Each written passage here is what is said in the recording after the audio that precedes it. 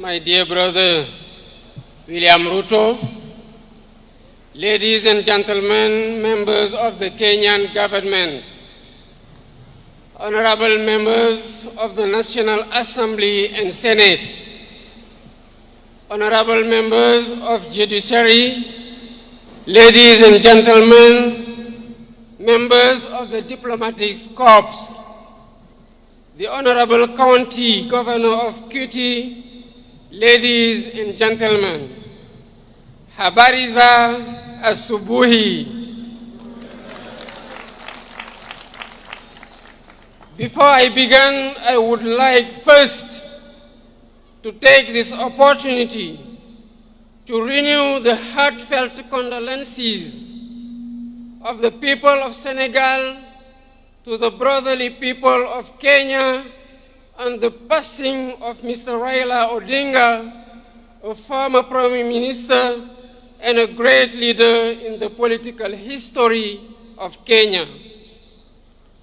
I pay tribute to the memory of the illustrious departed and express my deep compassion to President Ruto, to his family, and to the people of Kenya.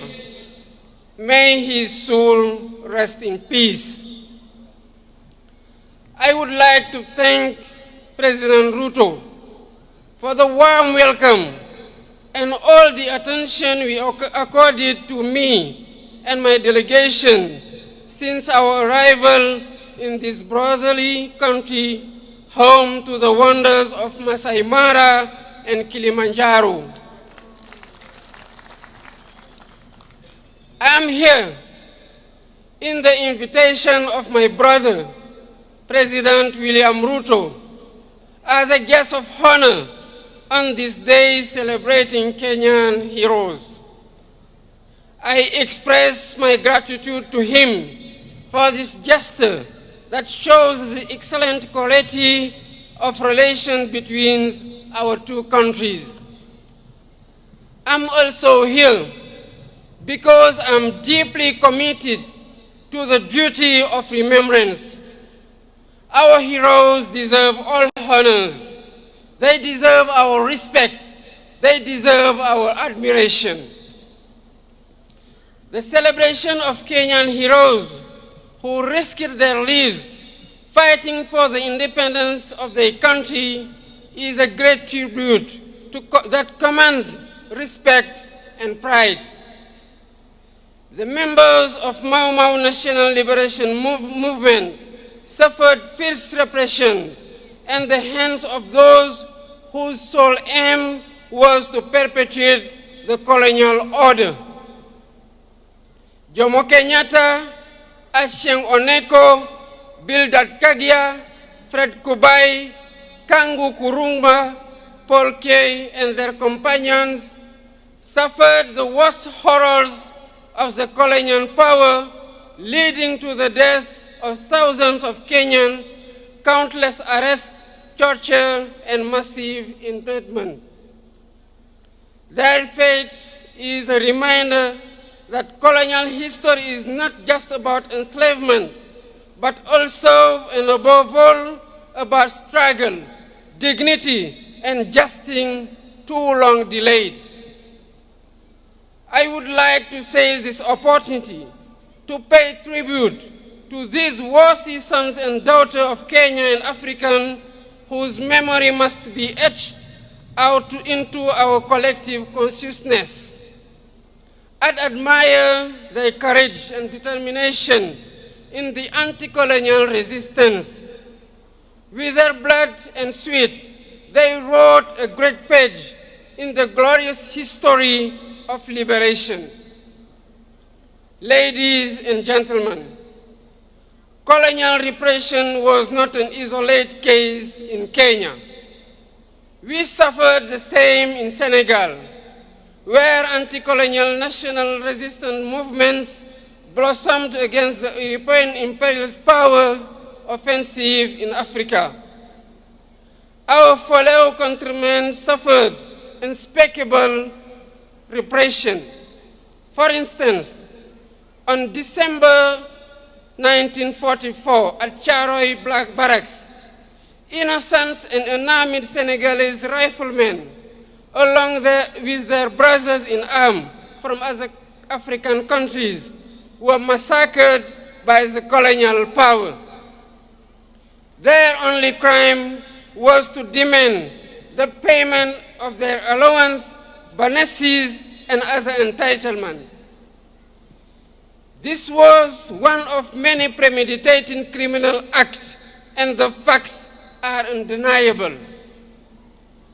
Out of duty of remembrance, truth, and justice, we cannot forget these horrors, nor the sacrifice of our national liberation heroes and founding fathers of our nation. The full history must be recalled. These valiant sons and daughters of Africa must be celebrated because celebration is an educational tool in the transmission of our values and virtues. This is why I initiated a series of activities to pay tribute to all victims of slavery, colonialism, and all past injustice. The first such initiative was to commemorate the 18th anniversary of the massacre of Senegalese riflemen last year. We are preparing to mark the second edition on December next, in communion with the 16 other troops contributing nations to the regiment commonly known as Senegalese riflemen. Ladies and gentlemen, to consolidate these various remembrance initiatives on the African continent, it is vital that we develop synergy in our efforts.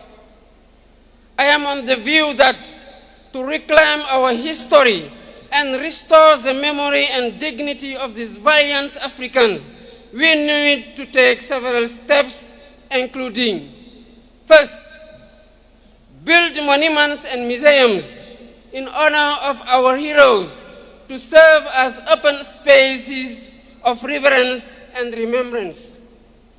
Second, build documentation and research centers to keep records, testimonies, and narratives about our heroes, while supporting research and education on this history of great African resistance fighters against slavery, colonialism, and worse form and injustice.